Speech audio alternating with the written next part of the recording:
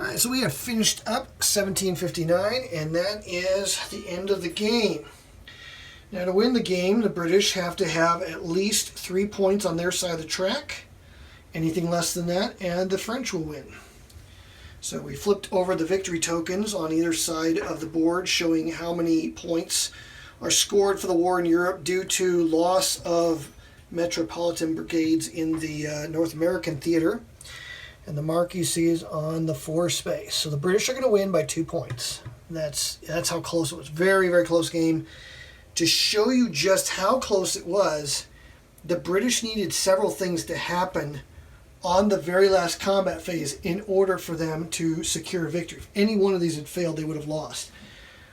The end of the game, they get 2 points for controlling 2 spaces in each of the 3 French colonies, Acadia, Canada, that we're more familiar with, and then the Pays du Nord, the upper country, as it were.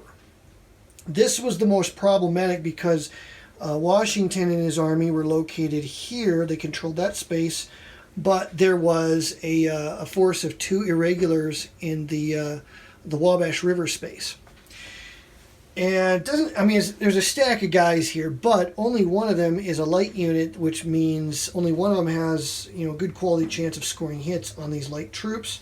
The rest of it is basically just a crapshoot. So to win this particular battle, I think I factored the odds are that it was probably about a 40% chance, 30 to 40% chance of success there. And it was unfortunate that the French didn't have any means of getting any other support to the guys in the Wabash River. It was just 2 lights against that stack. Washington won that by 1 die roll. It was that close. So they scored 2 hits out of that whole stack. They scored 1 hit. I think the French had a better opportunity of retaking the Côte du Sud, southern coast of the St. Lawrence, with this light unit incorporating also the militia. I think I factored that as being a pretty decent odds chance of success. However, they failed to secure even a single hit. And so that meant that the British controlled Quebec after the British had to win the battle at Quebec, but that was probably going to happen. That was a pretty low odds chance that the Quebec would hold out one last turn. So the British were able to hold that, so another 2 points. And the French really didn't have the means to get up in Upper Acadia and take Louisbourg or Port de Dauphin from the British. So they still held the 2 spaces up there. But that one light unit wreaked absolute havoc on the British position in Nova Scotia, retaking all of the lost victory locations and then reclaiming Annapolis Royal. They also took York from the Bay Colony, and the British just didn't have the action points to deal with those. Basically threw everything into winning there, and in the out-of-supply force under Bradstreet, trying to march them into Montreal, but failed to take that location. So that's how close it was. There's at least 2 places where the French had upwards of 40% odds of success and failed to get either one of them. They also made a desperate bid at Carlisle, which is maybe like a 15% chance of success. It's doable. The Cherokee have a 33% chance of scoring a hit, and then there's a 50-50 chance that the militia will not score a hit in response and cancel it out.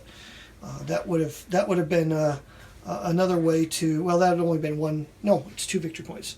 That would have also made all the difference there.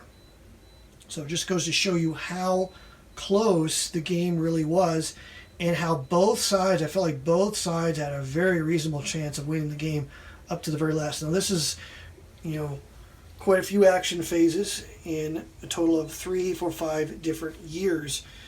The British dominated early on. The game flipped on its head in, I think, 1757. The French unraveled things for the British. 1758, the British are trying to get back into a winning position, and then looked like the bottom had fallen out when this light unit was able to cause all this havoc. There was also an Indian, the Abenaki, I think, was that did a fake lacrosse game on the fort that was at that victory location, and was able to destroy the fort, and then the light unit was able to go in and just clean up. There was just no British units around to respond to it. The fleet that popped up here was due to a combat result in the Battle for Quebec. So there was literally nobody to get up there.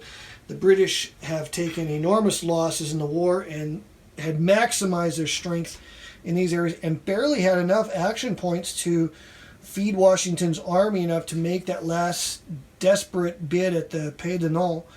The Cherokee kept disrupting the supply lines along the way. So it was a very, very good game, very tight game, and impressive. Lots of fun. It's one that will probably be hitting the table again and again. So if you haven't checked out Bayonets and Tomahawks, highly recommend it.